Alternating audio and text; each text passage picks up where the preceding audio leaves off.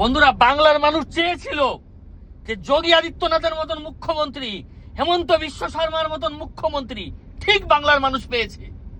কিন্তু বাংলার মানুষ এখন দাবি করছে আমাদের সরকারের কাছে, আমাদের কেন্দ্র সরকারের কাছে, যে আমাদের শুভেন্দু বাবুকে জেড প্লাস ক্যাটাগরি সিকিউরিটি দেওয়া হোক, যেটা আমাদের উত্তরপ্রদেশের মুখ্যমন্ত্রী যোগী আদিত্যনাথকে দেওয়া হয় বা হেমন্ত বিশ্ব শর্মাকে দেওয়া হয়।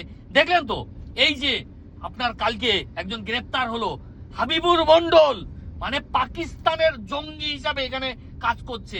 মানে শুভেন্দু অধিকারী আমাদের মুখ্যমন্ত্রীকে খুনের একটা পরিকল্পনা করছিল।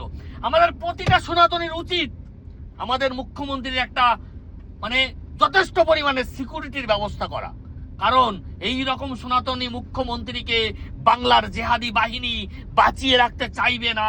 আমাদের শুভেন্দু অধিকারীকে দরকার আছে।